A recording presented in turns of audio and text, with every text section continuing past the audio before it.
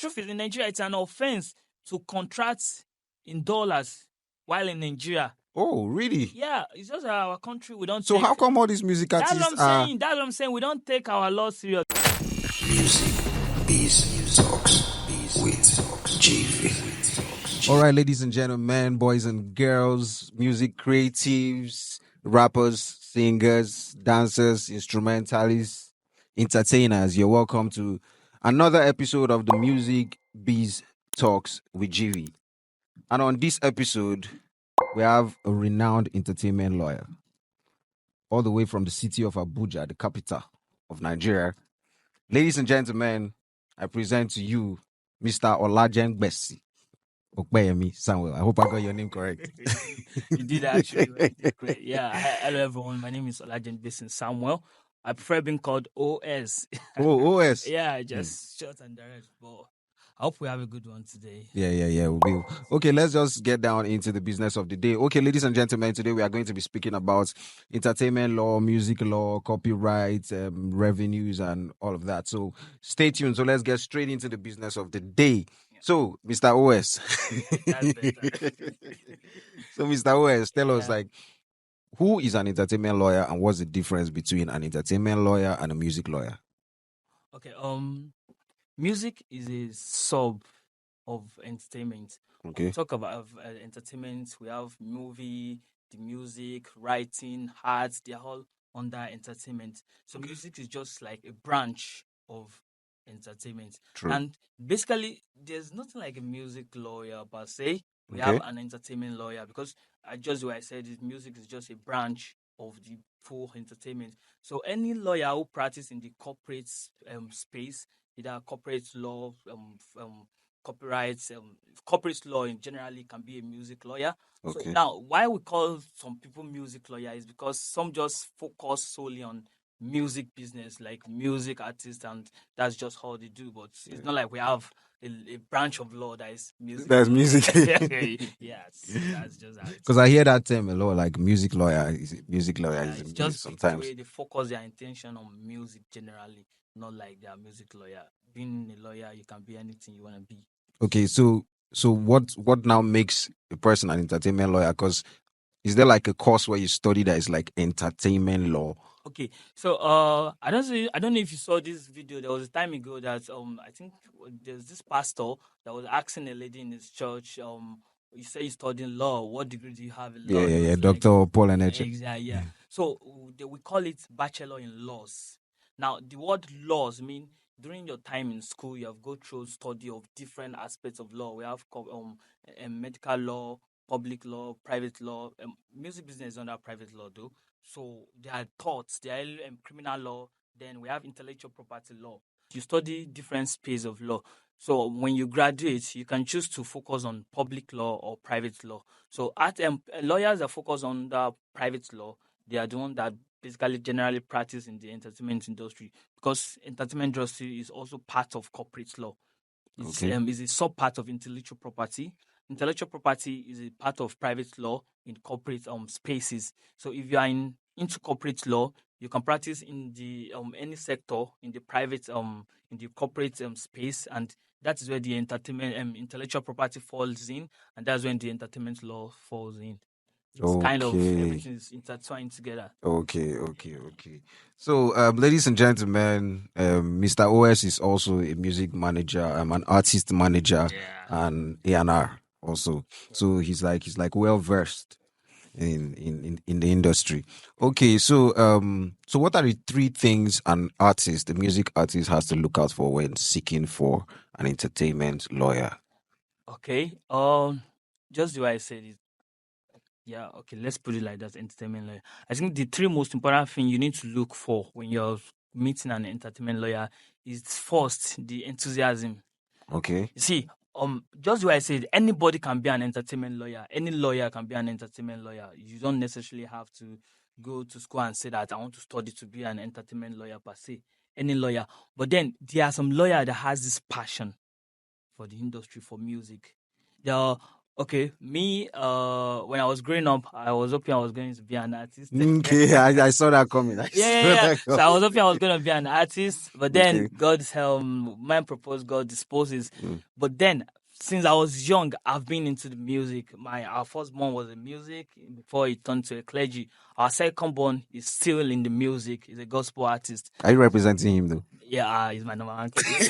I What are you talking I about? see that. I see He's that. my number one client. Okay. So the enthusiasm, the interest, the love for music Okay. is part of me, is all of me. So that's why I said the first thing you want to look out for is the enthusiasm. Like, this person Okay. is he really, really into music, or you just want to take my business, make money. So it's not even about the money sometimes, but the first thing you need to look out for is the enthusiasm of Okay. your lawyer. Then the second thing you need to look for is the his scope Okay. of his practice. So now, law is so funny that you can choose you want to focus on one aspect of law, you want to limit yourself, and you can also choose that you want to explore every aspect of law. So when I meant by scope, his reach is how far he has, not necessarily about years of practice right now, but how far he has, how far and deep he is when it comes to entertainment, the music, the business. I don't know if you get what I'm trying to say. Yeah, I So get you. the scope of his knowledge, while talking to a lawyer, you could generally know that, okay, no, this one is into the music, he's into the business, he's gonna do what I want to do.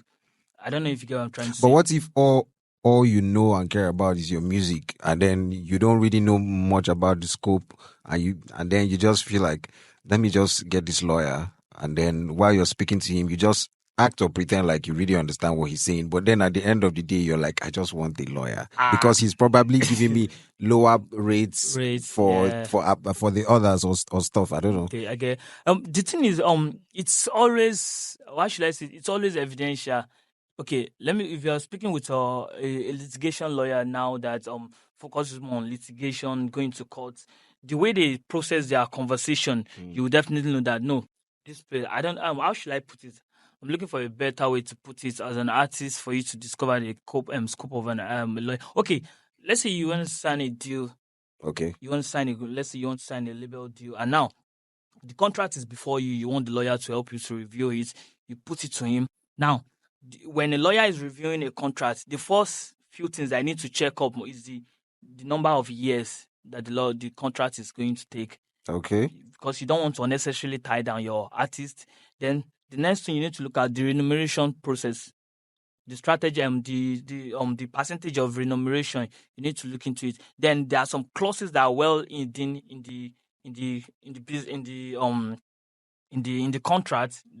Lawyers are very Labels and lawyers can be very funny. They hit some clauses in the contract that if you don't take your time to study it, you might not find them. Do you get what I'm trying to say? So a lawyer who knows, and another one is you should be able to tell the type of deal you're signing. We have different type of deals. So mere looking at the contracts, when you read this through, is meant to be able to say, okay, or this is a 360 deal, or this is a production deal, this is a publishing deal. You should be able to explain that for you. So then if you give it to a lawyer who, after reading everything, you can't even identify the kind of deal you are dealing with, then you're about to hit your legs and you're about to shoot yourself on the foot.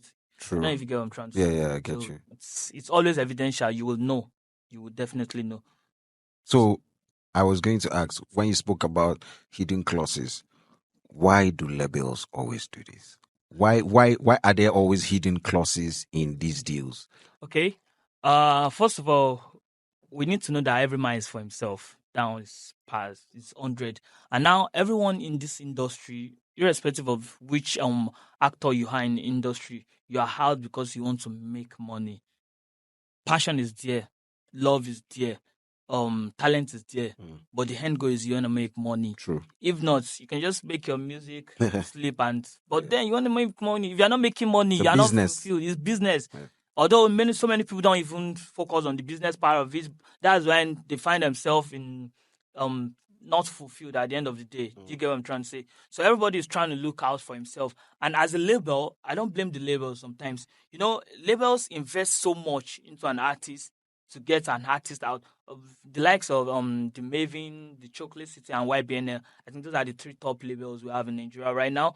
They invest nothing less than 20 million, nothing less than, just on one artist. 20 million per what per 6 months, artist. 1 year Exactly. Just to start off with an artist, to at start least they up? must have a minimum of 20 million kept for one single artist. And Oh, now they still have to they still have to pay the artist some off from fee just to take care of himself, get him a car, apartment, all those stuff. They have to fix those things up. And now they are doing it from their money. Of course, you're out for business because you want to make profit. So if I spend so much money on an artist because I want to make ends, I want to make profit on my investment. There are also investors who invest into labels. Everybody is doing it because they want to have oh, something. there are investors that invest into labels, then the labels invest in the artist. Yeah, yeah, that's why I'm saying it's business. Everybody's out for business. Oh, So now, if you invest this much on artists, some artists don't have it smooth immediately. Not every artist have it like Ashake that your first track, second track is just yeah. banger, banger, banger. Some Yeah. their top five track might not be hit. So and it's a deficit on the side of the label. You get it. So now some artists might take a year or two before they start coming up, before their people start appreciating their music. So within those space of time, the label has expended a lot of money. So now when the artist has arrived, it is time for the label to make the money the artist wants out. Oh, I don't know if you get what I'm trying to say. okay. The what artist wants out. Now, if the artist should go out immediately, then the label is at the losing side. So what are those? What are those? What are some of those clauses that um keep?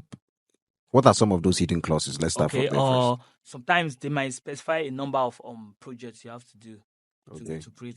Sometimes they might say 50 singles, 10 albums. So now you can just keep 50 on. singles. I'm just using as an Okay. example. Okay. Let's say 50 singles on 10 album within the space Within. of the contract. Okay. So now during the process, you might keep on doing. They might just keep on encouraging you to drop single, drop single. They might not talk about album. Now you keep on doing single. I feel like okay, yeah, my time of contract, I'm fulfilling my obligation. Then by the time you're done with the number of singles you are supposed to drop for the label, and you're like you have want out, then they'll bring out the contract that you're meant to drop 50 singles and 3 albums. Now, some of the singles might be part of the albums, but then either albums or EP, there is a total number of tracks that is there. So there are some English that we can use. I don't know how to say this. Okay, let me just say this. Um, Putting out a particular number of singles outside albums. So if you fulfill all the terms of single and you haven't fulfilled all the terms of album, you still can't get out. There's this popular gospel artist. I don't want to make mention of anybody's name. So she was in this deal with a label. She was meant to, I think she was meant to provide 5 albums in her time with them, and she couldn't meet up with 5 before she started making her money. But she has dropped a lot of singles. Then she wanted out. But now the label was like, this is the number of albums you agree with. But then, of course, when she signed the contract, she wasn't even she wasn't paying attention to stuff like that. Because truth is, it is just now that people are paying attention to contracts. Back in the days, artists don't really pay attention to terms of contracts. As long as the label put the contract before them, they just want to sign and get going and start making music, start making money. So they don't really care about. You realize that most of the lawsuits we have on label contract stuff is back in 2019, 2018, 2010, I think probably 2015. In this current dispensation, you hardly see disputes on contracts like that because people now recognize the part that the lawyers play in looking through the. I hope I haven't diverted too No, no, much. no. You're still on track. Yeah, Yeah. people look at the contents of the contract now and see what's going on, and yeah, I think that's So the example you gave when a label says, okay, you have to give us 50 singles and 5 5 albums. albums. Or Now, who decides when to in the label to say, okay, dear artist, you have done 20 singles, and we think from these 20 singles, we can get 2 albums from this. Do you think that the label is intentionally cares about, okay, let's just get this done with, you drop the album and you drop the singles and then move on? Or they really are just about at the end of the day, let's just hold you down? okay, it's based on two principle right now. The first one is the kind of deal you signed. kind of deal you signed. And the second one is the terms in the contract. So now, for example, now, if you sign a 360 deal, under the 360 deal, the labels are not entitled to income out of your music alone, from your merch, from your performance, from your ambassadorship, whatever way monies are coming to you as an That's a artist. 360 deal. Yes, whichever way, whichever way the money is coming in, the labels are entitled to a percentage. So in that kind of a deal, the label will not necessarily focus on you just getting out, because they are not making money from your music alone. They are making money from you as a person. You are their commodity, not even their music anymore. Do you get? So in that kind of situation, label don't really care if you are meeting up with the number of tracks, because the longer you stay with us, the better for us. Do you get it? Then in the term of the contract, I said it falls in two ways. The second one is in the term of the contract, the clauses might explain that, okay, the label decide the number of tracks to do, decide which. Okay, I was reviewing a contract for an artist some time ago. That was 2 months ago. There was this distribution platform he wanted to sign in, wanted to sign to. So now, in the contract, the label, the distribution platform, they have the 100% exclusive right to decide which tracks should fall under his album and which one should not. So when the contract came to me, I was like, man, there are a lot of discrepancies in this one, but this particular one, it's bad for you, because then they decide which song they want and which one they don't want. It's not about you anymore. It's not about what you think is good. It's not about what you want to give to your fan out there. It's about what they think can commercialize, bring money to them. You get what I'm trying to say? So I was like, no, man, it has to be probably 50-50 or 60-40. What I meant is like decision making. Like they have an upper hand in decision making process, but you need to have a say. You need to have a say. You don't just sell your right to them. You don't just give out your choice. The moment you give out even God gave us choice. The moment you don't have a choice, you are like a robot. You're just there. So that's what I'm trying to say. It happens like that. Okay, so majorly the two type of deals. Okay, there are like two types of deals. No, there are a lot of There are deals. I lots of just deals. made some reference to those Okay, ones. but like the most used or the most popular should be the 360 deal, Exactly. right? Yeah. And according to you, is that the most favorable Uh for the label? for the label, yes. But Then for the which is most favorable for the artist? okay. This is how we're going to put it. They're all favorable for the artist. Okay. That's the truth. For example, now an artist that is coming from nowhere has nothing. And now, if you are coming to Maven has the connection, has the finance, has the what's this called? The platforms. They have everything you need. So if Mavis is presenting you with 360 deal, of course you want to take it, because you don't have to worry about getting brands. They have all the connections with brand, they have the networking, they have the information you need, they have the finance, everything is there for you. So it's just like you are ready. It's just like, okay, I came in now, this water is here, there's already water in it. All I just have to do is open and drink. It's different if I come here, if this bottle is not here, You have to or let's say manufacture there's an empty bottle here, there's no water in it. So now I have to go and look for water. somewhere to get water into it. Then so this one is a prepared food for me. I just have to open and drink. Do you get what I'm trying to say? So for an artist who has nothing, I don't want to use Coming the word from nothing, zero. or coming from zero. If you enter a 360 deal, it's okay for him because it's going to favor him. But if it's an established artist and maybe you just want to okay, let's say Olamide is apart. Let's remove his label from it. Olamide is an established artist. Okay. He's a brand on his own. So now, if Olamide is going into a label deal, if he's going to get signed under a label, he has all the rights and power to say, okay, no, I don't want to do this kind of the deal. I don't want you won't have right. I can the labels, when a concert is coming on, shows, they go about to get you shows. They go about to organize your concerts. Now, Olamide can say, I think I can organize my concerts on my own. I don't need your help to organize concerts. I don't need your help to get me shows. So I can get all that myself. And as long as I can get all that myself, I should reserve all the entitlements that comes with it. So it's different from when it is the label that is getting you everything. So in a situation where if it is a ready-made artist or an artist that has his means, he can reject some deals. Then we can say, okay, let's have publishing deal, let's have recording deal, let's have distribution deal. You get it. Even record label deal. You can say these are the clauses I don't want. These are the one I don't want. This will be the limit of your rights over me. This will be the limit of my. Okay, what we do now, what the major labels do now, this is what the major labels do with other labels. I think YBN is partners with Empire Music or something. So the two of them now, the Empire cannot just come and put their terms on YBNL. It has to be on partnership that, okay, we want to handle this ourselves. So everything we're doing in this part, you guys don't have anything to do with it. You don't have any income coming from it. Do you get what I'm trying to say? So it depends on where the artist is coming from that can decide the type of deal that he will sign. So that's now another type of deal. So label now signs a label. Yeah, it's partner And to so it's partnership. It's not yeah, really like it's not like a.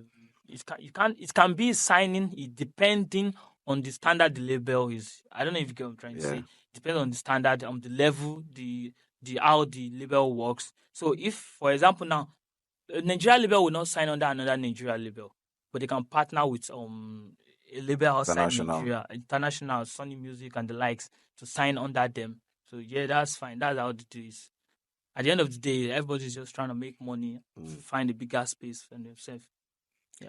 All right. So let's now speak about some of the cases that we've had, some of the record label disputes cases that we've had in the Nigerian music industry. For example, the Kiss Daniel 2018 Yeah.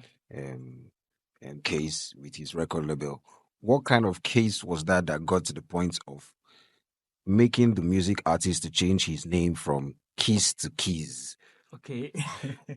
You see, I told you earlier where the problem comes from is that when an artist is signing deal, okay, let me use the story of Olamide and Asake as an example, where I heard this, I wasn't there, of course. Was it Asake that said it or someone? I had the news that when Asake went to Olamide's house, Olamide presented Asake Asake with the said it contract. himself. Like, let me just sign this. Olamide was like, Baba, Because he said he's been texting him for a long time and then Go finally home and read it over, said then no. come back and sign. Do you get what I'm trying to say? So when the deals comes, most of the time artists are too over excited. They just want to sign it and get done with it and just start making music. But the problem is that at that moment you don't even know what you are throwing away.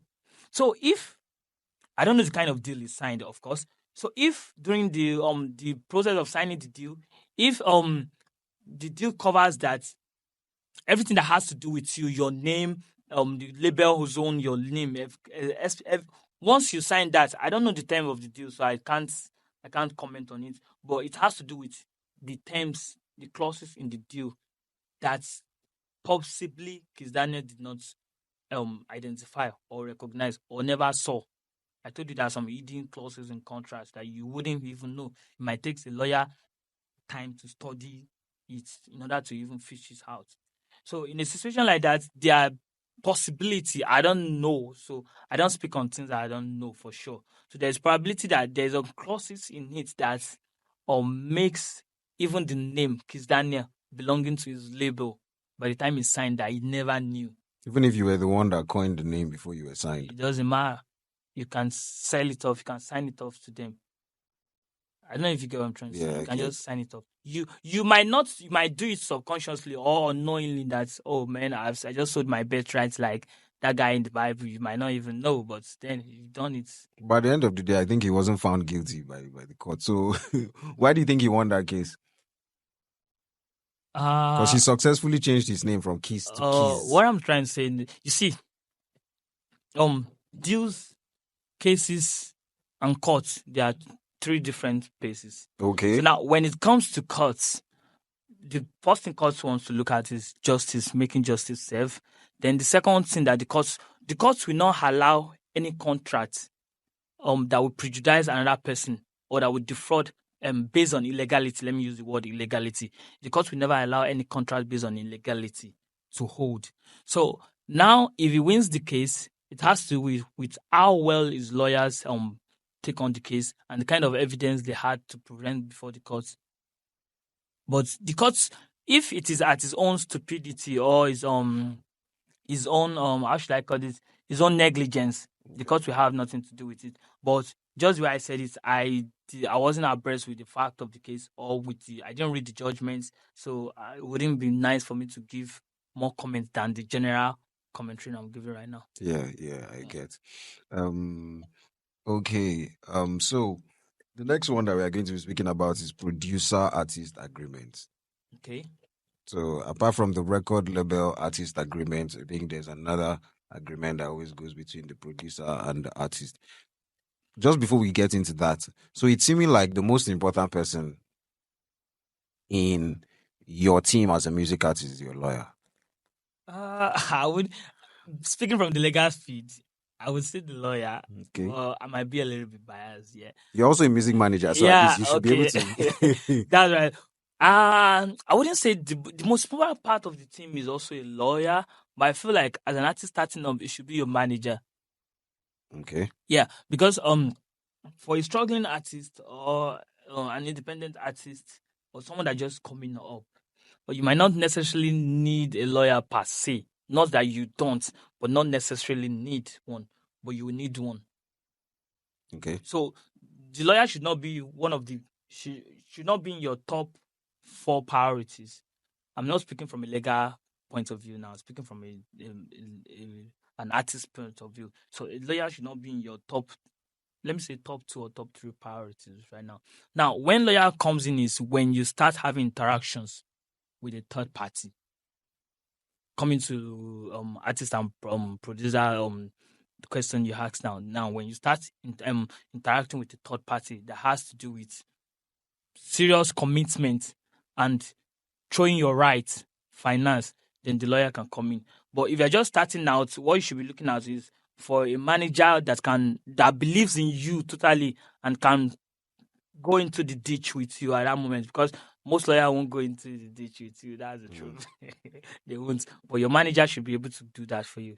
Okay. So I'm not saying lawyer is not important. I'm just saying that it's not like it's the most important. It's the first thing you need to look into as an artist before you start. Because you might not even have a full time lawyer. You might just have a seasoned lawyer that you can just reach out to when you need something and when you need to clarify something. But you need the manager in every aspect of your career when you're starting out.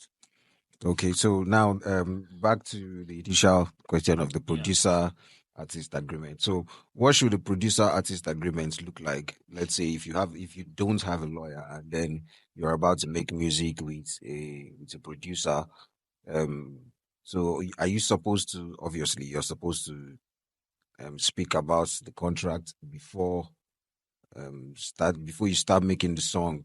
Yeah. But then I'm just saying, I think most artists feel like it kills the vibe of Talk about money from yeah. start. Once you just start talking about money, it's like oh. So what do you have to say about that? Oh, okay. The truth is, back in the days, nobody even know that a producer is meant to have an entitlement from the earnings of the music. Nobody knows that. Everybody just so back then, what we do is you just pay the producers off, you pay Yeah, him off, and yeah. that's done. But now, since the introduction of since knowledge is coming in, people are now exposed more, and that's when they realize that even producers are entitled to some earnings and revenue. But then you can still pay your producers off. You can still pay him off. But then if he's a smart producer and he doesn't want to pay off, then at least the producer should be entitled to 20% of the net income. That's to me, you shouldn't get more than 20% of the I net think these income. days producers is like 50%. I Oh, a friend of mine, his name is Spitfire. He's an artist. He's doing fine also. He reached out to me some time again. He had a deal. He wanted to produce a song, and the producer was like asking for 40% of his song. I was like, "Yo, what are you talking about?" The- I'm not saying producers are not important. They are important. I have producers friends also, but then after producing the song, production of a song comes in in three phases: the pre-release, release, and post-release. Now, the pre-release is the preliminary stage when the producers also come in. But after the pre-release, we have the release stage when the song is out already. Then after the song, the post-release, what are you doing after the song? So now you as an artist, you still have to spend money on publicity, promotion, marketing. Everything, you still have a lot to do, and the money is coming from you. Now, the work of the producer most times ends after the production of your work. After the master is ready and everything is done, the producer is out of the picture. He moves to the next artist, but you still go about trying to make your market sales. So now, if the producer is getting as much as 40, 50 from it, that's a loss on your own side. And another thing that's most of the time, when artists want to go into the deal with producer, they are supposed to be specifying it that the percentage you are getting should only come from the net income and not from income. I don't know if you get what I'm trying to say. Yeah, I get it, but just for clarity for our viewers and listeners, Yeah. help help a growing artist break down the difference between net income and the income. Yeah, okay. Generally, the income is the total money that comes in, let's say from streaming platform or sales. Let's just use streaming platform for example. Let's say at the end of the day, you realize a million naira. I'm just using as an example. A million. Okay, let's use $1 million because streaming is on dollars. Let's say you realize $1 million from your streams, from your music sales. Now that's the income that comes in. That's your revenue. Now the net income is after you've realized that 1 million naira. Now the next thing you're supposed to do is deduct all the expenses you spent in bringing the song out, the expenses you spent on the video, sorry, publicity, marketing, promotion, all the expenses you spent, you are supposed to deduct it. That's your own money. You're supposed to return it back to where it come from. So after you've deducted all that, anything left is now the net income, and that is what is meant for anybody to share from. So what if you deduct and nothing's left? I don't know. Has there ever been that type of case where like because of course the thing is because videos are expensive. Yeah. And all of these things, marketing as well. The all thing of is, that. this is for the artist. It's left for him if he's smart enough. You see, artists these days, everybody just focus on making music, and there's difference between the business of making music and music business. So the business of making music and music business. People focus on the business of making music and just overlook the music business. Now, it is in the music business department you know that as a person, if I'm spending my money into a business, the first thing I want to do is recoup my money. But it is the profit that is left for everybody to share. So if the producer wants, you see, if there's no profit, there's no money. It depends on the team that the artist has. It's honestly, it has to do with the artist team. So if the producer is coming at you that, I want to get 50% of this work, 50% or nothing, that's okay, that's fine, 50%. But no, that 50% will be from net income. And if the producer says, okay, yes, from net income, fine, we are good to go. At the end of the day, if I do my calculation, and my calculation has covered everything, my expenses has covered everything, or 95% of it, anything that is left is the net income. We share it. That's fine. Okay. I told you earlier, everybody's house for himself. That's just the truth. It's the survival of the fittest. Everybody's out for himself. Nobody cares about anyone. We cares, but then nobody cares. When it comes to you and someone else, definitely you will always come before any other person. That's just it. All right, but I think 50% is too much for a producer. Come on. So you're of the opinion that 50% is too much for a producer? I believe max a producer should be getting is 20 or 25. I'm not trying to say the producers are not doing a good job. No. They are. I love them. You can't have a good work without a producer if you're not a producer yourself. I have producers friends also. But I'm just being objective right here.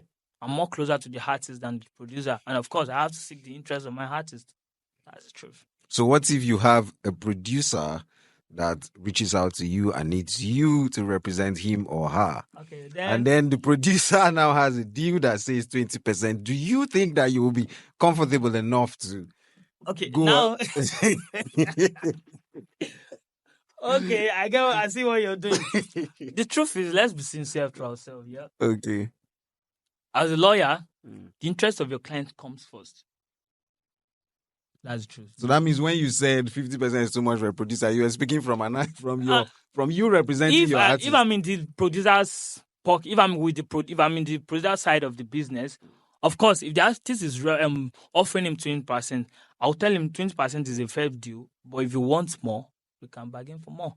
So if you were representing a producer, what do you think is fair for a producer? At least I might still start from 40. Sorry about that. I might actually start from 40. That's it. Okay. You know, I said something just now. I said, Okay. it is left for the artist if the artist is smart or not, or if Okay. his team is smart or not. Okay. Everybody is out for himself. So if I'm in the artist part of it, then I know what I'm looking out for the artist. And if I'm with the producer, of course, sometimes we prefer to take a percentage than getting paid off. So if a producer want me to get him a deal, and from the deal I know I'm getting like 5 or 10%, of course, the bigger the deal, the better for me. I don't know if you get what I'm trying to say. So in that aspect, I'm also looking out for myself. I told you at the end of the day, we are all looking out for ourselves. That's the truth. Okay. That's the truth. All right. So so basically lawyers can get paid entertainment lawyers basically can get paid. What are the different ways that an entertainment lawyer can get paid from the music side representing an artist? The best way a lawyer should get paid is The taking a different percentage. ways. Yeah. But the best I'm way, saying the okay, best you're way saying is the best taking a way. percentage from the Instead of just taking a flat fee. that is my just going with deal. a flat Because the truth is, if you are taking a flat fee, you are being paid in naira. Okay, so there are no But flat fees in dollars. Can't you do flat fees in dollars? no, you can. But in Nigeria, the truth is, in Nigeria, it's an offense to contract in dollars while in Nigeria. Oh, really? Yeah, it's just our country. We don't. So how come all these music That's what artists I'm are? saying. That's what I'm saying. We don't take our law serious. But in the musical artist space, if they're contracting outside Nigeria, or if the deal has to do outside Nigeria, or it has to do with the streaming platform. Of course, streaming platform is in dollars. You can bargain. If it is in dollar, you can bargain in dollar. But fees, normal payment of service in Nigeria is. There was a time Obasanjo was trying to appoint this woman. I think in Wela or something when she was working with the World Bank. She wanted to pay in her in dollars. Nigeria kicked that. No, the laws of Nigeria, it's a disrespect to Nigeria paying someone in Nigeria for a service in foreign currency. It's a disrespect to So Nigeria all these currency. music artists that every time you want to book them for a show, they say they don't collect in naira anymore. That's They collect wrong. dollars. So what they are doing is wrong and illegal. Totally wrong for Nigeria. If you're performing in Nigeria, why are you charging dollars? You charge in Nigerian naira. So how come no one has been sued yet for that? This is Nigeria. we have a whole lot of laws in Nigeria that it's just there. Nobody is interested in enforcing them. And another thing is, Nigeria is a country that there's so many being ignorant people. When it comes to law, people don't know. A lot of people don't know their rights. That's the truth. So that's why I prefer to go into the percentage than getting paid. Because if I want to get paid, I will get paid in naira. So and dollars, what dollar is saying now is crazy. 2 weeks ago, my artist got paid, one of my artists, and from his payments, what came to me was like $200. It wasn't much, but then when we changed it to naira, it was something. $200 wasn't 200,000 naira. It wasn't. It wasn't for real. Okay. So you would prefer to be paid in percentage? In percentage. Okay. And the number standard for lawyers is in any deal you are taking, the minimum you can take is 10. 10%. Yes, you are entitled to like 15, 10. In fact, if you are smart, 20. If you are taking anything less, it's still an offense in Nigeria for Nigerian lawyers. So if you're taking less, it's an offense. But if Yeah. you're taking above, it's not an offense. You are the one dealing with You're smart. Yeah, there's a standard. You can't go below the threshold, but you can go more. That's how it is. That's how it is, man. All right. So getting paid in percentage. Yeah. Percentage from which part of the income? Because there are different ways that you can. Yeah. Is it just, or this is just the streaming side you're saying in percentage? yeah. So what if the artist is not yet bringing in? Now it depends on the kind of deal. A lawyer is not someone you just put on salary as an artist. Though there are some that you can just put on salary if it's okay with him. But a lawyer is not someone you put on salary. And for an artist that is just coming up, that you're not like busy like Davido. I think Davido Burna Boy are the Nigerian artists that are kind of like busy. That's why the video Wizkid is has to busy too. be Whiskey. Yeah, even Olamide is busy. Even But Olamide is busy. the reason I wanted to use the video is that you see that everywhere he goes, there's always a lawyer around. There's always a But not lawyer. anymore. We heard what happened to I'm his sure lawyer there's recently. someone else now. Oh, There will always be someone okay, else. okay. And even him that is working, it's not like he does all the work. Like he Mm. has some sub lawyers around that does most of the work. So what I'm trying to say is that for people like that there's always lawyers around him. The kind of strategy of paying him them might be different. But for the normal lawyers, everyday lawyers, so it depends on the deals that are coming your way. If the deal is on music streaming, then your percentage is on that. If it's on merchandise, it's on percentage performance or So lawyers percentage. can even get paid from artist performance. Yeah. If okay, let me say, let's say you have a brand, you are a show promoter. Now you want an artist to come and perform in your show. Of course, you have to send him a contract.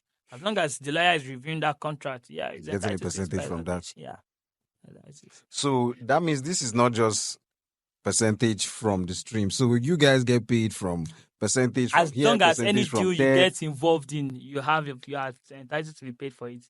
So it's not like Oh, I once see you why you prefer this. You guys prefer this over. it's not like once you review one, it has covered every other one. Do you get what I'm trying to say? Mm. So each deals come with its own percentage, with its own payment. Review this deal for me. This is a new deal on its own. Another deal, this is another deal on its own. Because you are getting paid different amounts for each one of them. And of course, And your lawyer is entitled to a yeah, as percentage long in as each it's of those involved. deals that Yeah. as long as it's involved. And he must be involved because there's always a Exactly. contract to be signed. That is. Oh, this is And the music industry is so wild and so big that everybody can eat, everybody can earn, everybody will be okay, everybody will be fine. No matter everybody, the cinematography, the producer, writers, whatever aspect you are playing there, everybody can earn and be fine. okay. So one more question from the producer artist agreement side. So you're an artist and you can't afford a lawyer. Yeah. And then you really want to make music because it's beginning to seem like as a growing artist, as an up and coming artist, before you make music, if the producer that you want to make music with is quite knowledgeable in the music business, he's obviously going to say, okay, let's speak about contract and agreement. And then most of the artists or some artists will feel like, no, well, like, why is he talking about business first? Can we just vibe? Or you probably just walk into the studio and then you enjoyed the beats Beats and and you you're like, jump on it. bro, and then you just made a freestyle and then it's popping and you're feeling it. Your manager, everybody, or not your manager because you can't afford one at the Yeah. time. But everybody Everybody in the feels that, studio including the just, producer himself, he feels it. But then he's like, bro, before you even proceed, like, can you just hold before you proceed? Let's talk about contracts. Like, this is killing the whole vibe. So if you were to be okay, you're not. But let's just say if you had a friend, or let's just speak for an artist out there, let's help an artist out there that is in this situation, and then the producer says you can't proceed with this beat because my beat is $1,000. Mm, Do you get? yeah, And then the artist is like, oh. So you've already killed the vibe. the vibe, and then the artist's career can probably not proceed because probably maybe that would have been the hit song that brings him out or Yeah. brings her out. So if you were representing a producer, would you like say, bro, can you like just let it slide and let's make this hit? Okay. Because this might also be the hit song that brings the Yeah, producer yeah, out or that's bigger. true. The thing is, with every rigid rules or every, like, there's one thing we say in law that every law has what's it called? I'm sorry, I'm trying to every law has an exception. There's always an exception created for every law. So, as a lawyer, if I'm with my producer in that kind of situation, I could advise. Now, my advice is born on, okay, if you can't afford it, how about we'll make a deal. There's a percent. Let's make the music out, and anything that comes from the music, the earnings that come from the music, we both share it. Now, if no income comes from, oh, okay, better still, rather than that, I'll tell the producer, be the main artist on the song, then feature him. Okay. Okay. The producer can be the main artist, like Yeah, what DJ Khaled does. exactly. Even this guys is doing it now. What's this DJ that did with Ashake? DJ Neptune. Yeah, I think that's what Neptune did most. Just hear DJ Neptune, whatever. He doesn't sing, but he'll be the main artist on it. So you just feature him, feature the artist. So that way you're helping him, you're also helping yourself. Then from the feature, you can now both agree that okay, from the earnings that come from this song, you take this, I take this. Or then if the artist just you say it, he says he's a struggling artist, I can even say pay him more if he's interested. You can pay the artist. You pay the artist off. Well, what if the artist doesn't agree? Because I made the song, bro. Yeah, you see, the thing is, people tend, this is bad of me, but I just have to say it. When people are in the state of desperation, or when people are in tight corner, they tend to make decisions without thinking about the repercussions. Basically, we as a human, when I was growing up, I was taught that before I make any decision, I have 3 seconds to think about it. But at that moment, you don't have that 3 seconds anymore. You just want to get out of it. It's like a reflex of you. You just want to jump on it. So if an artist is in that kind of a situation, there's nothing you are throwing at him at that moment that is not ready to bite. So it happens. That's what we are talking about, deals.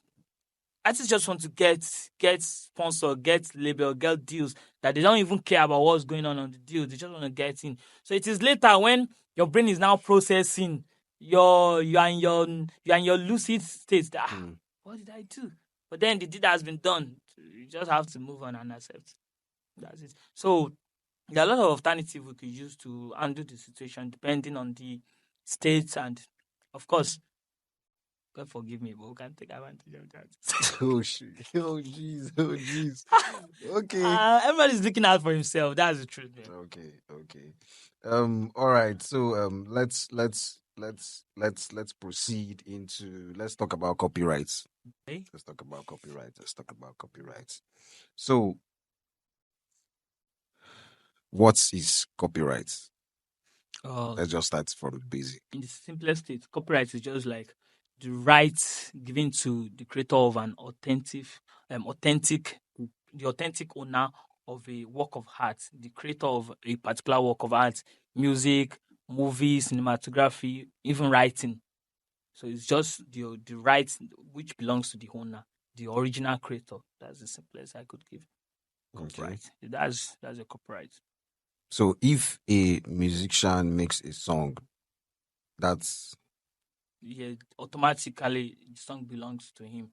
Once it is his creation, as his artistic creation, so he has the copyright rights over it, the exclusive rights over it. So what if an artist listens to another artist's song and the artist that made the song originally was not aware that this other artist heard the song, and then he goes on and makes the song without the knowledge of this other artist? Yeah. So and then the song blows up. How does this other one prove that and he's not known, obviously, and of course he can't prove that this other one really heard the song from him? How does he now prove that, oh, this is my copyrights? Yeah. Okay. The thing about copyright is that you don't necessarily have to register your craft, your production, your work before it becomes copyrighted. The moment you produce it, it is automatically copyrighted. But now the issue that arises, let me give you an example. Let's say I hum and I decide to produce it. So now after producing the work, I'm still listening to it in my room. And now, inspiration or no inspiration, I don't know where you get it from. You also have and immediately you just recorded it, you upload it online. Automatically, you are the real owner of the song, not me anymore.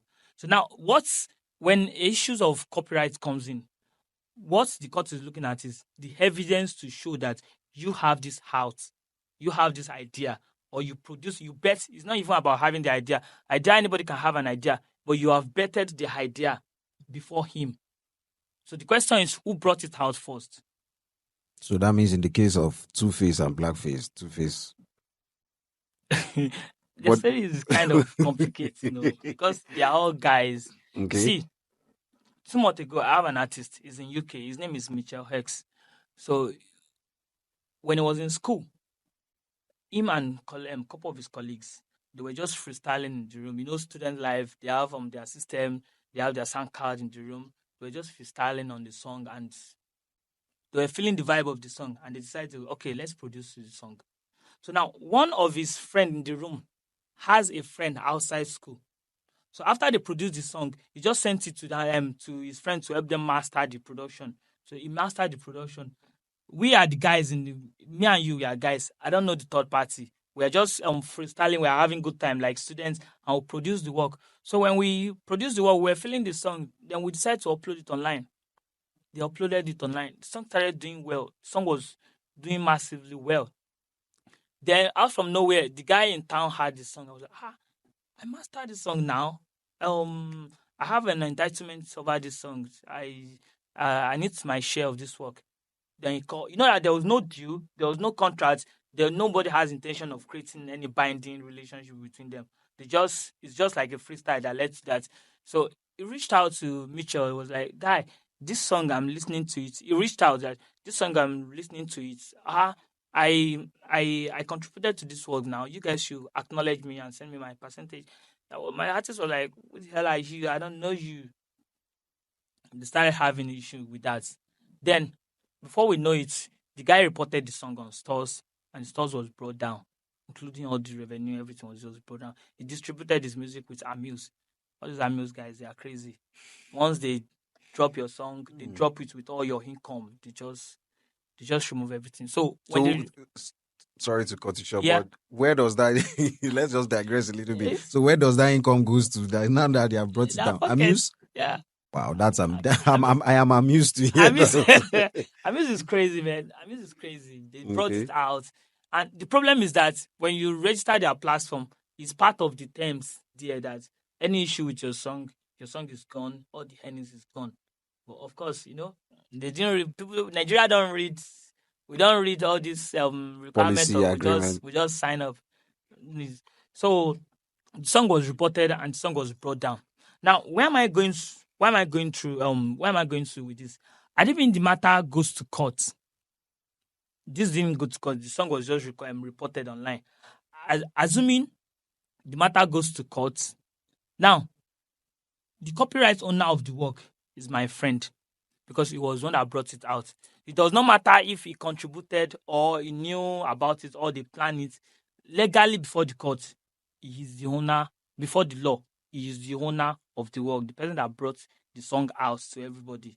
Do you get what I'm trying to say? The reason why I make reference to this, my friend, was the issue of Blackface and Two-Face case. So I know the full story of this one because is my friend. I'm associating to them. I'm able to see the backstory. So the Two-Face and Blackface one, there's probability that it's something that just come up from casual fling, or they didn't. Most of the times they didn't intend to make it a big deal. It is when you now see that the other person is doing well with it and is making money, or maybe then you were not well compensated, or you were not well appreciated, or maybe your own career is depreciating. That is when you now start making it an issue. If not, most of the time, things like this, they don't plan it to happen that way. Just come up.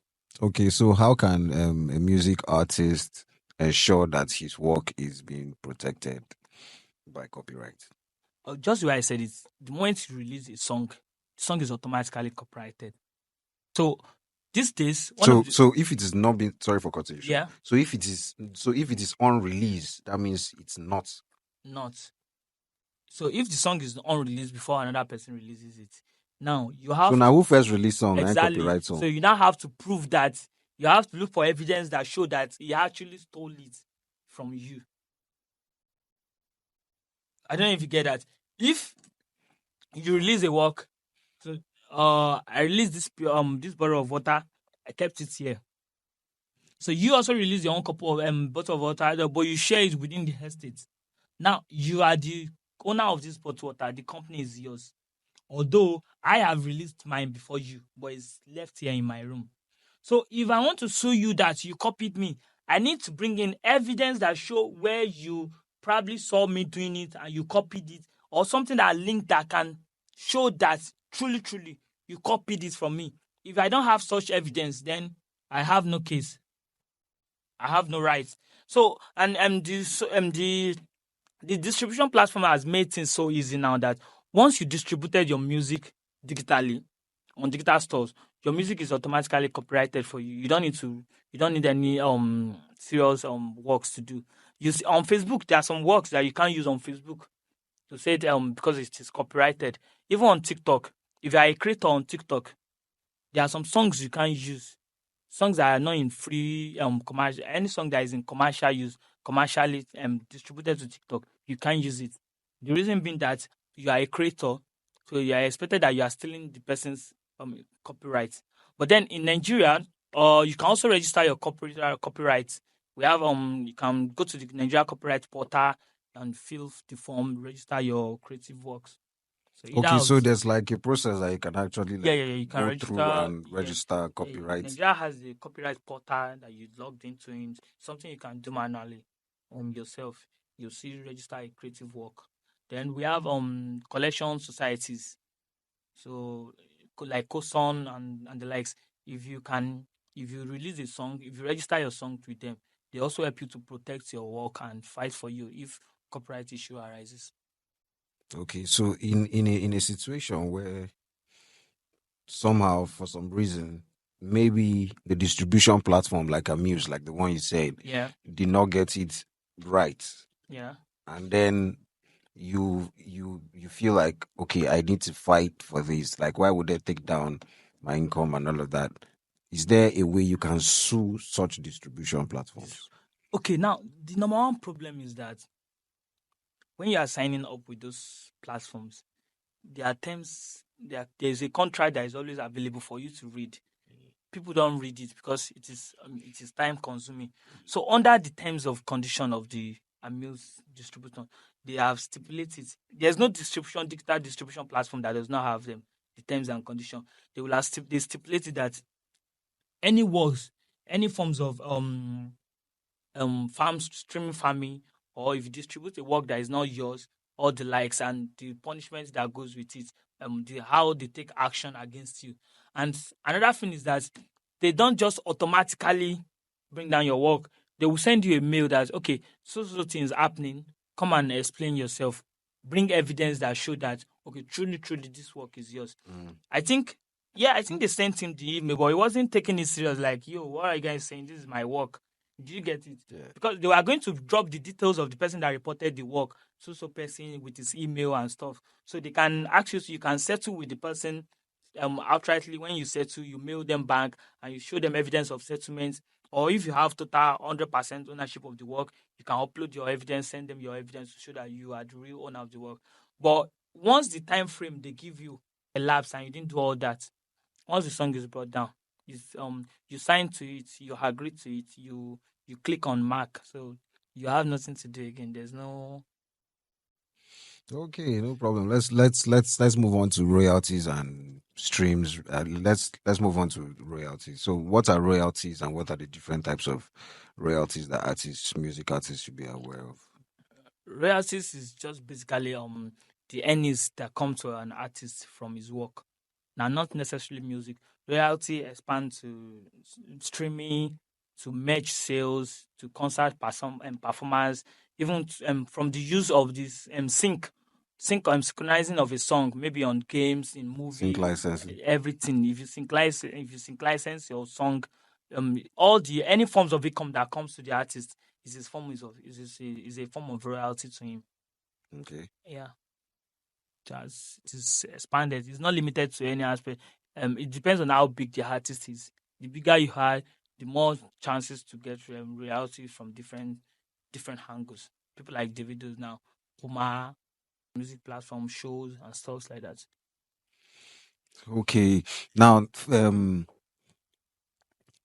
if you were to advise up and coming artists Yeah. as a lawyer, what what would you say to your brother inside the room as a music artist, like as a lawyer that you are? Okay. Um, the most important things that I have been clamoring these days that I will say is that you need to understand the difference between the business of making music and music business. Just the way I say it, major artists of these days, let's say young artists come in business or struggling artists, most of them they focuses on the business of making music. They want to make sure the beat is perfect, the lyrics is perfect, the voice is perfect. All those ones are good, but they don't focus on the commercial aspect of business of the music. They all are like, oh, it's my passion that's making me do music. It's my love for music. But yes, it's your love your music, but it comes to a point that depression comes in. So my advice to them is that as long as you want to make good music, you should take your time to study the business aspect of music. The business aspect of music. And another thing is that okay, two things. Another thing is that if you are just coming up as an artist, you need finance.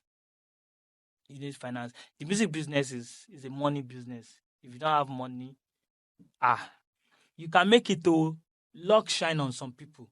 Luck shine on some people. But the music business is money. Because you have to run ads, promotion, distribution, train out your music, all those things. It takes a lot of money. So you need to have a source of income.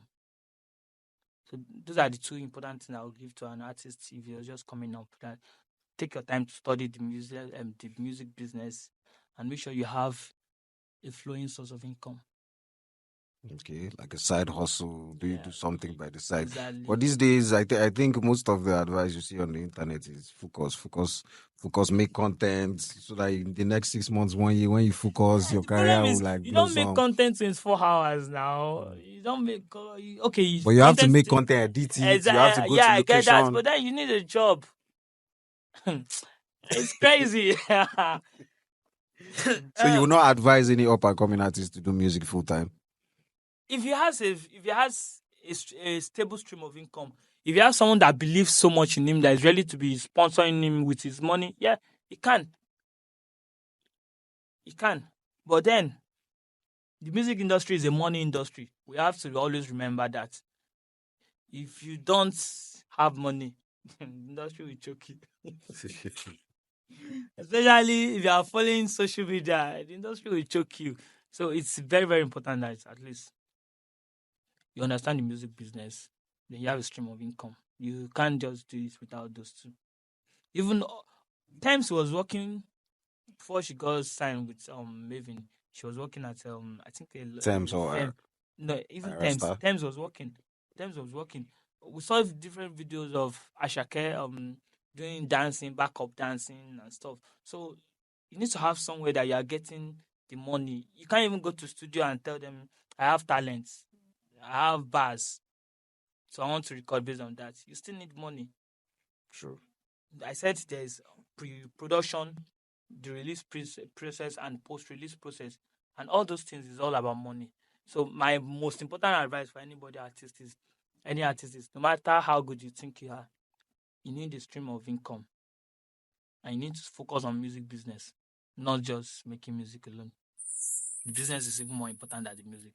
That's why these days we sell people listen to a lot of music without substance, but the beat is there. And the marketing, it's not even about the beat, the marketing is mad. They choke you, they put it on your neck like this, like you can't breathe. And one thing about music is that about people's brain is that when people something's keep on coming back to you, your brain automatically gets synced to that thing. Like you just want to subconsciously say, what is this thing? I want to do this thing, I want to get involved in this thing, and then the music is in you. So it's not even about if you have a good music or not, it's about the marketing. So the marketing is like the most important part of. It is. Me, it is. Because a lot of music are out there that what is this person selling? What is this person saying? What's this person singing? Gone are the days where people do music because there's a message to pass, because of what is going on, you're feeling okay. I think people like we still have artists that does the music, but now we have major artists that they don't even have substance. lyrics is whack. Okay, luckily beat is always hitting the target, but most of the time the lyric is whack. So it's now marketing that bring it up. It's marketing that push it up on us. That's it. So you need money and it's business. Music is business. I just did I do business, I do music for passion. You do it for your passion, but you need the business. I'm just being factual. Mm. Factual. Okay, let's touch on trademark and sampling. Okay. Let's touch on trademark and sampling.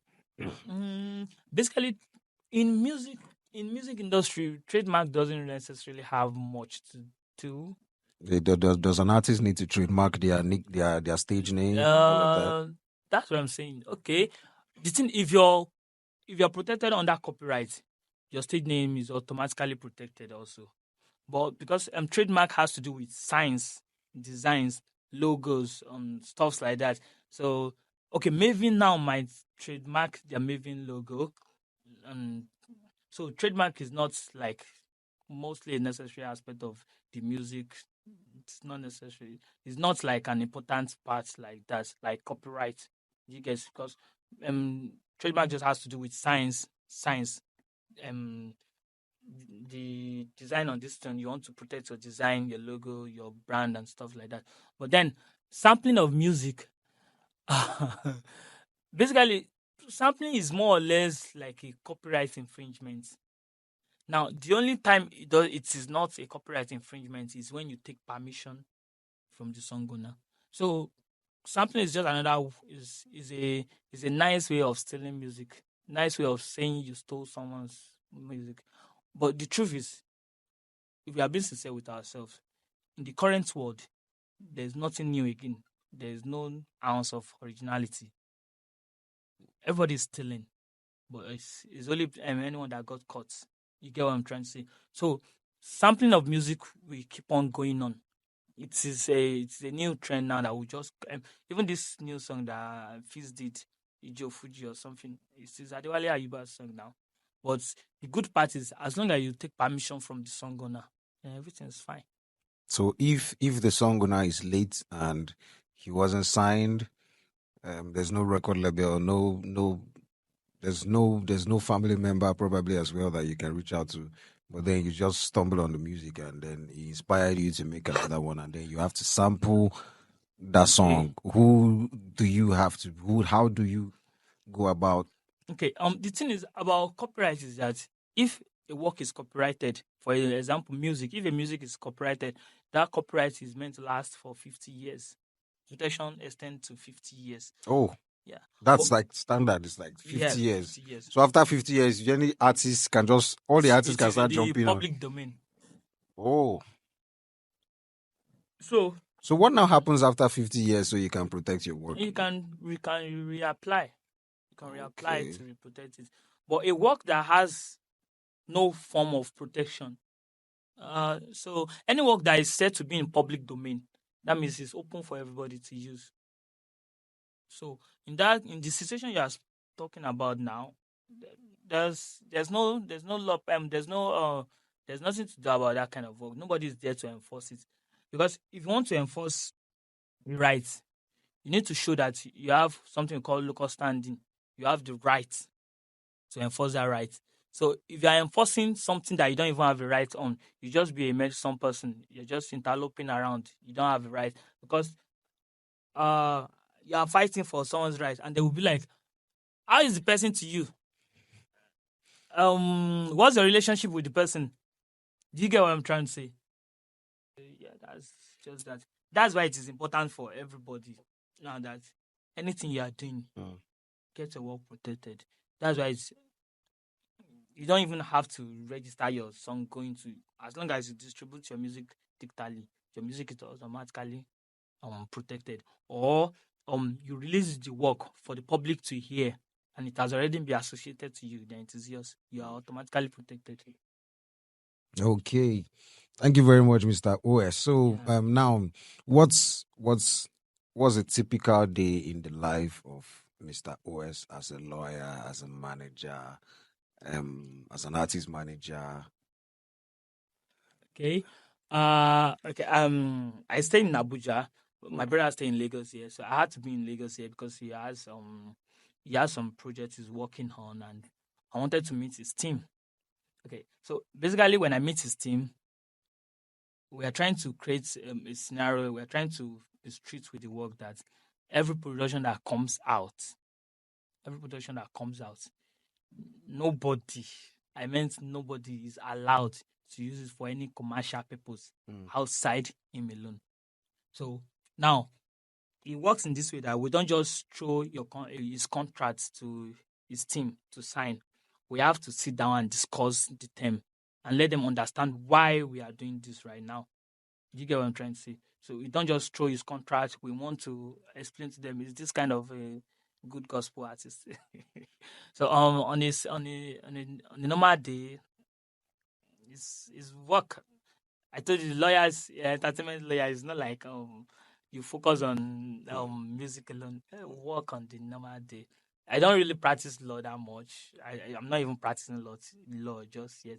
I'm more of into the music, Okay. management of music. So it's always having one artist to attend to or the other. How people. I have some messages on my Instagram now I haven't responded to, and I have some goals I am meant to meet. I travel a lot, so Okay. typical day in my life, apart from Tuesday, Wednesday, and Thursday, my Fridays to Mondays is usually on the road because um I work with some live bands, and sometimes I have to go to the events with them and travel. And I also have my own sound company, so sometimes I travel. Most of my weekend is on the road. It's more of It's always travel. on the road. Yeah. Okay. Um, in a situation where an artist is a lawyer, can him or her represent him or herself? Yeah. That's But allowed. yeah. It's allowed. There's no problem with that. Even in the courts, you can represent yourself. As the artist. So if a record label calls there, you can say, no, no, I represent myself. I'm also a lawyer. Yeah, you can. Do you think that most record labels want to get into deals with artists that are lawyers? Okay, I And don't I don't know. think I've ever heard I of would have such a said case Faz, yet. but I don't think Faz is signed to any record label. Yeah, I think he has his own thing going. Faz is a lawyer, and I think he will be able to represent himself. But in most cases, they still want to get a lawyer to do the lawyering job for them. They still want to get a lawyer to do the lawyering job for them. But in fact, I was going to say this: there's no law that said you can't represent yourself. You can go through the contract yourself. Oh, You can. There's no law but the stopping you problem from is doing that. when it backfires, keep Technicalities, representing yeah, yourself. technicalities. There are a lot of technicalities involved that people are lawyers are smart. English is a English is not a language. So there's a way that you use some English in the legal field that you might think this is saying this, but it is saying something else. So English is that way. The legal terms of a contract. Okay, let me put it this way: the legal terms of a contract is kind of clumsy. It is not always straight. If you get a lawyer contract, you will be hearing save, accept, forthwith, a lot of things that the literal meaning that you think it has is not what it actually meant. So that's when the lawyer comes in. And that's why I said if you are looking to get involved with an entertainment lawyer, you need to look at his depth of and the scope of his practice to understand so that you don't just go and anybody can be a lawyer, anybody can represent an artist, but someone in the field knows what knows what it knows what every artist is looking out for. It knows what every label is looking out for, and it knows how to balance the equation. Yes. Okay. What are some of the current challenges that entertainment lawyers are facing in Nigeria right now? I think the most important one is the fact that people still don't appreciate the importance of entertainment lawyers. Do you think they don't, or they can't afford them? No, it's not about they can't afford it. It's about they see them as not necessary. And Okay. one good thing is that people like free service. So if lawyers are available for free to attend, I told you earlier that every deal a lawyer is entitled to like 10-15% of the deal. So but then nobody wants to give out his 15%. It's 10%. Nobody wants to give that out. So the problem we're still having is the fact that a a lot of artists has not as are yet to recognize the importance of the lawyers in every deal they're signing. They are yet to understand it, and that's when there's issue, they run back to lawyers, and most times it's hard to win cases when it comes to deals.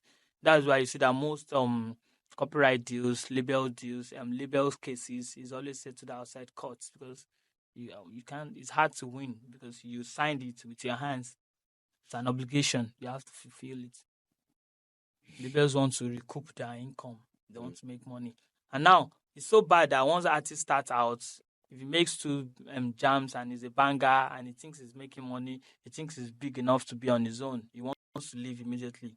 And label doesn't want them to leave because we spended money on you. We are supposed to recoup it. So that's how it works. Okay, now let's speak on AI.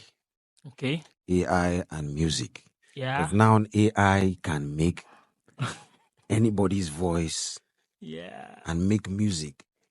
Now, when AI makes, I even read or heard that the Recording Academy is beginning to consider some of these songs that AI makes. So now, when AI makes a Burna Boy song and the song goes viral, and then first off, who makes money from this song? Is it the creator, the person that initiated this particular work of art into the AI system, and you can get sued for that, right? Yeah, sure. AI is an artificial intelligence. It doesn't work on its own. There's someone behind it. Everything the AI does is programmed. So I can reach out to my WhatsApp AI and said, find me something, do this thing. I am the one that reached out to the AI. The AI didn't just do that on its own.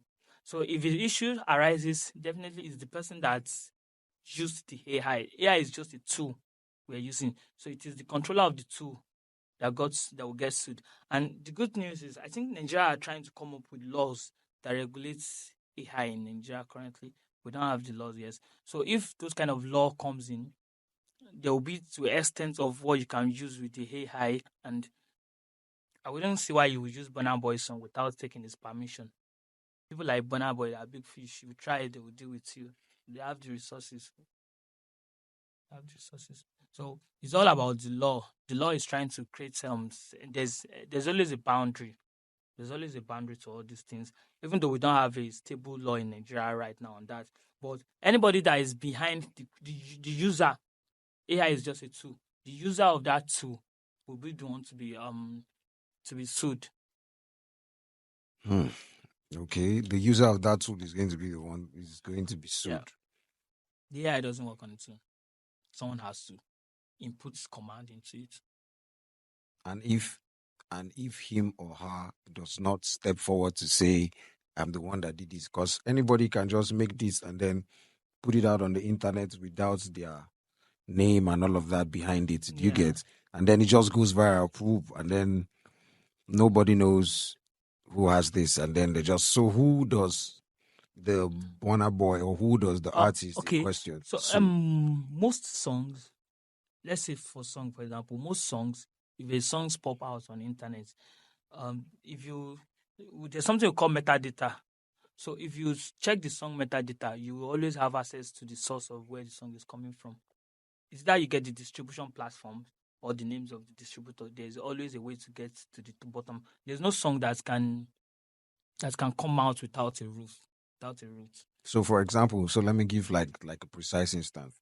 So I make a song using AI, and then it obviously sounds like a Wizkid or Davido or Burna Boy voice, and then I run it with my phone using TikTok. Whatever dance routine I did on that song goes viral because everybody loves the dance routine and they start doing it with that. With that song.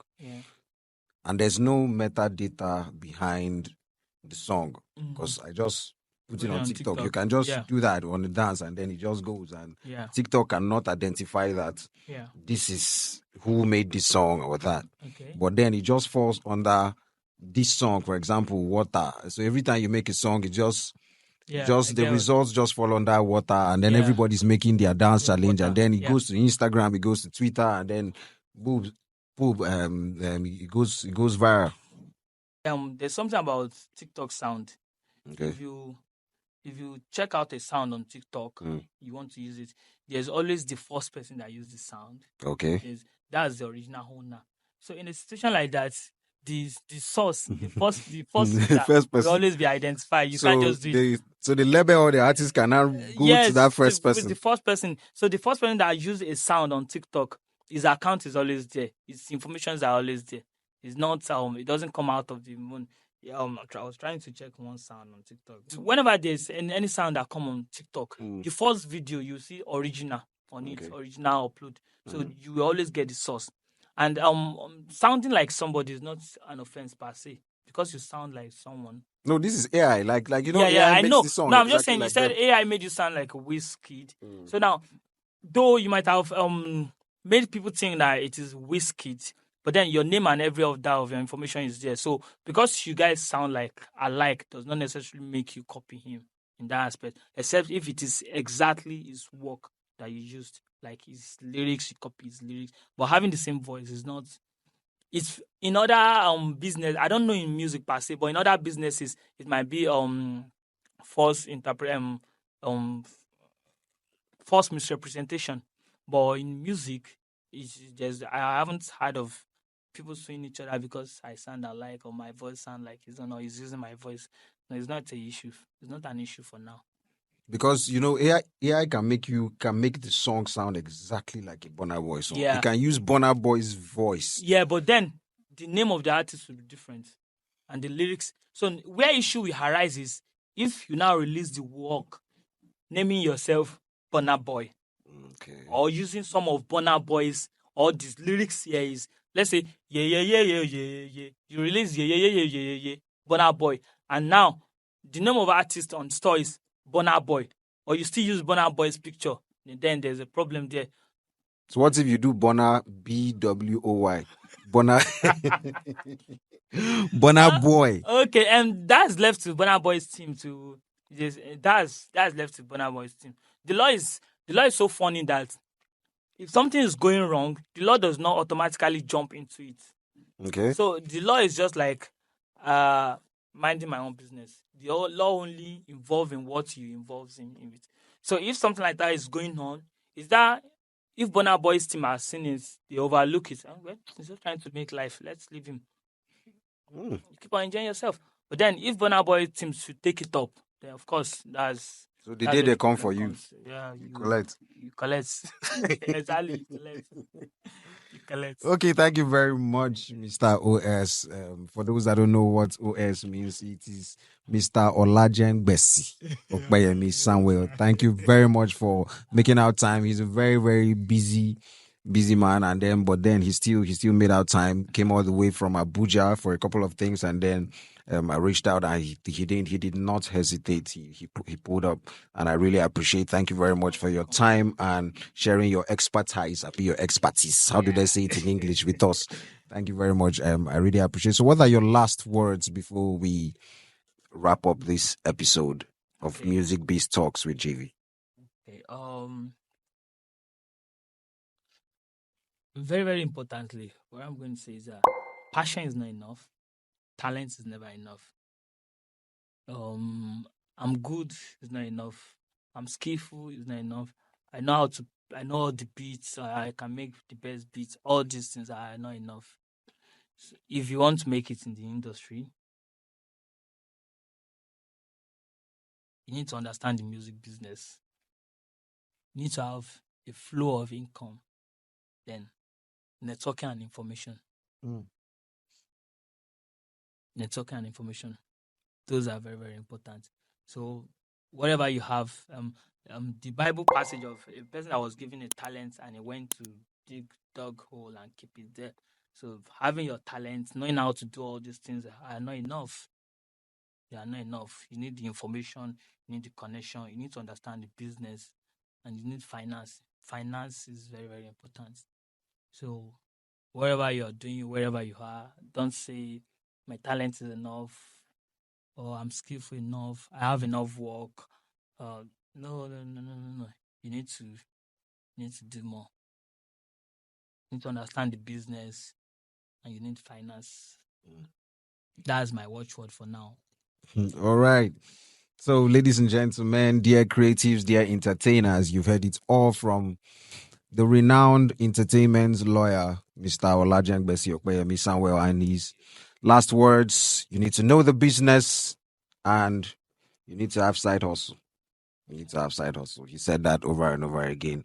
So till we meet again in the next episode, I remain your host, GV, aka Victor Gekwe, and see you in the next episode of Music Beast Talks with GV. And don't forget to follow on all platforms, King_GV on Instagram, on YouTube, GVEEH, and you can just search Music Beast Talks with GV.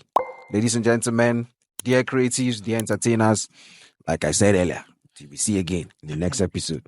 Peace out. Music Biz Talks with GV.